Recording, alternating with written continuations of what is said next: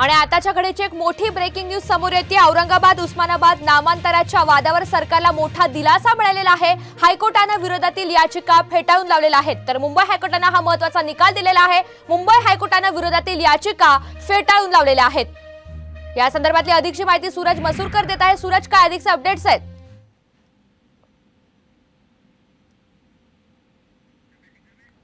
काही तांत्रिक अडचणींमुळे आपला आवाज पोहोचू शकत नाहीये, मात्र आपण पाहतो हायकोर्टाने विरोधातील याचिका फेटाळून लावलेला असून याच निर्णयाविरोधात आता याचिकाकर्ते सुप्रीम कोर्टात देखील जाणार आहेत। दाद मागण्यासाठी आता सुप्रीम कोर्टाची दारं देखील ठोठावली जातील। तर नामांतराच्या वादावर सरकारला मोठा दिलासा मिळालेला आहे। हायकोर्टाने विरोधातील याचिका फेटाळून लावल्यात।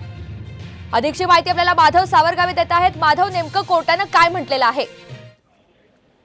2022च्या शेवटच्या महिन्यामध्ये राज्य सरकारनं छत्रपती संभाजीनगर आणि धाराशिव या नामांतराचा निर्णय घेतला होता। त्यानंतर मार्च 2023 पर्यंत आक्षेप आणि सुनावणीच्या संदर्भातली लोकांच्या सूचना या संदर्भातलं सांगण्यात आलं होतं। त्यानंतर मोठ्या प्रमाणामध्ये आक्षेप आणि सूचना आल्या होत्या। त्यानंतर याबद्दल निर्णय घ्यावा अशी अपेक्षा काही याचिकाकर्त्यांनी व्यक्त केली होती, मात्र त्या सगळ्या याचिका आता फेटाळून लावलेल्या आहेत आणि राज्य सरकारनं जो निर्णय घेतलेला आहे छत्रपती संभाजीनगर आणि धाराशिव नामांतराचा, तो योग्य ठरवलेला आहे। आता या संदर्भात ॲडव्होकेट सतीश तळेकर हे याचिकाकर्त्यांची भूमिका मांडत होते। आता त्यांचं असं म्हणणं आहे की या सगळ्या निर्णयाच्या विरोधात आम्ही सुप्रीम कोर्टामध्ये जाणार आहे।